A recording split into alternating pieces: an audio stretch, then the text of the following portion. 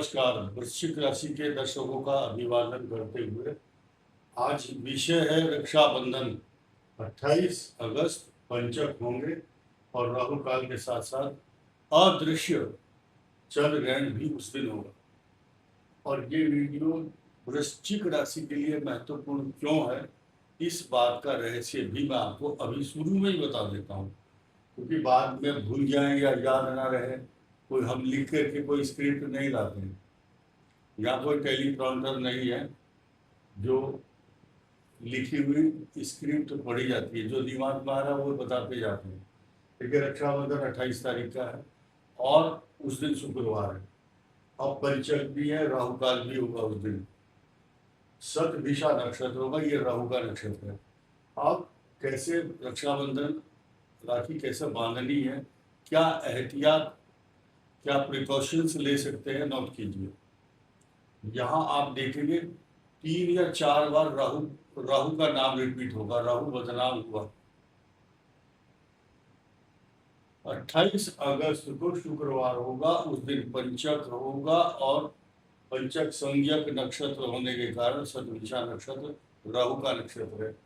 पंचकों में भी राहु का नक्षत्र बड़ा ही इंपॉर्टेंट है, शतभिषा। राहु काल भी होगा। राहु काल होगा कब? 10:30 से 12 बजे तक। अदृश्य चंद्र ग्रहण जो है, चंद्रमा के ऊपर ग्रहण लेगा, वो भी राहु की वजह से लेगा। अब ये सारी चीजें वृश्चिक के लिए क्यों अहम है, नोट कीजिए।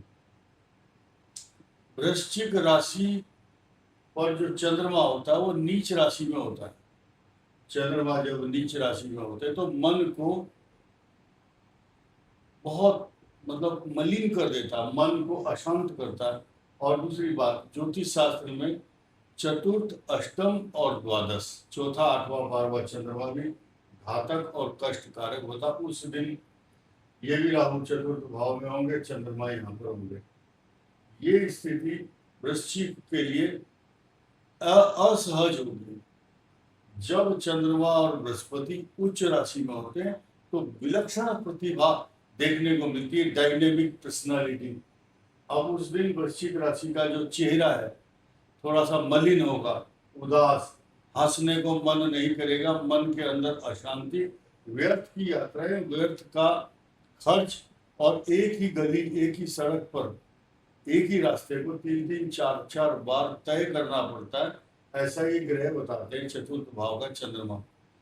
ये वाहन का है, रास्तों का भी है। ये मार्ग में भटकना या भ्रमित हो जाना, इस टाइप के लक्षण पैदा करता है।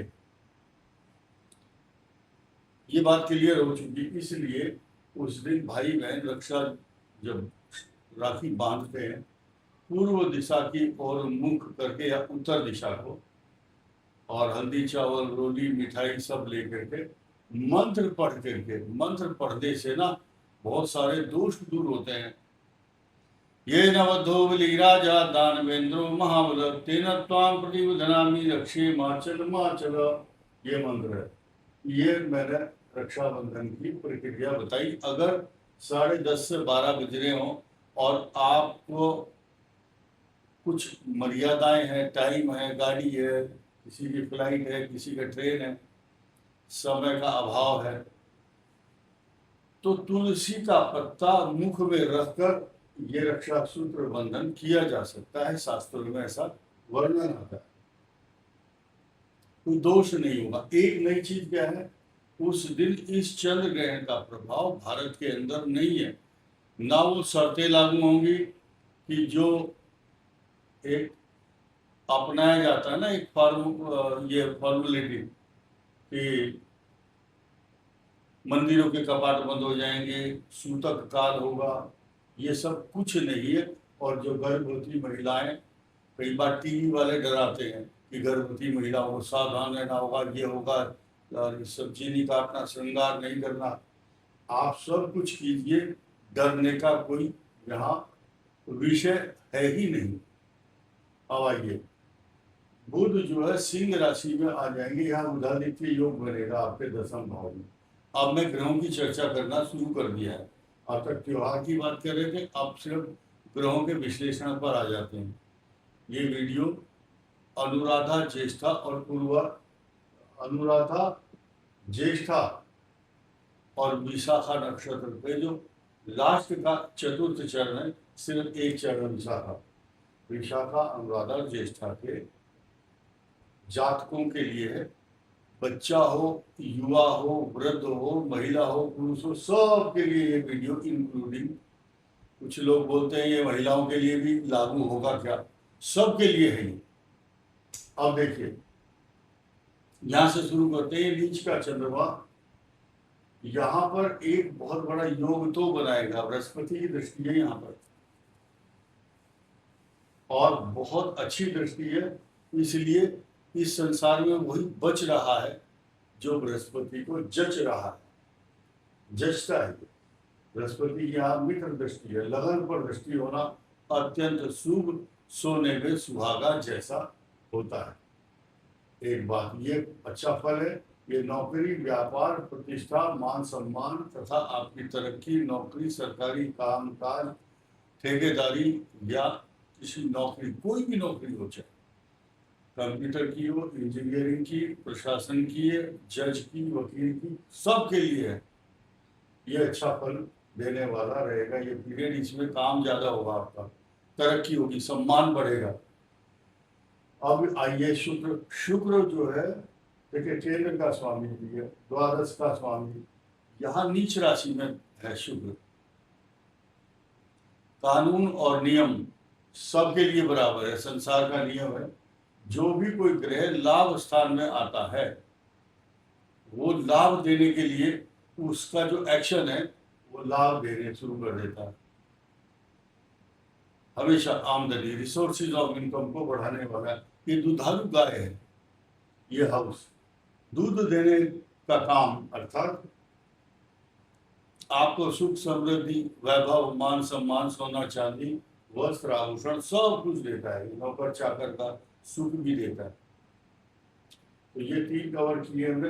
अब चौथा भाव ये कष्ट कारक है। देखिए ये सिर में चोट लगवाता है या किसी को एंजाइटी, डिप्रेशन, तनाव, अशांति तथा अचानक कोई भी जोखिम भरा काम, कोई सीढ़ी से, जीने से उतर रहा है, सीढ़ी से पैर फिसल जाएगा, बाहर बाथरूम में फिसल जाएगा, कोई दवाई खा रहा है तो गलत दवाई खाने से रिएक्शन हो सकता है, किसी को प्रोस्टेट की प्रॉब्लम चल रही है उसको दिक्कत हो जाएगी। तो ये अचानक आने वाली आपदा और जोखिम का प्रतीक माना गया है मंगल यहाँ पर। तो इस दौरान आप ध्यान रखें, कब से कब तक ये ध्यान रखना है आपको, यानी कि 2 अगस्त से लेकर 18 सितंबर तक ये चीज आपको ध्यान देनी होगी। इस दौरान एक नई चीज और सुनिए, ये जो मंगल है शत्रु राशि में है और वृश्चिक राशि का स्वामी है मंगल, तो इस दृष्टि से भी ये पोजीशन अच्छी नहीं कही जाएगी। और इस पर प्लस पॉइंट ये है कि पाप ग्रह की दृष्टि नहीं है। अब आइए पंचम भाव पर। पंचम भाव आपका बहुत सुनियोजित ढंग से काम करने वाला समय है आपका। कैसे है? क्योंकि पंचम भाव शनि है, मित्र राशि है, यहाँ पर बृहस्पति की दृष्टि अपनी राशि पर है, इसलिए आपके बच्चों का भविष्य अच्छा है।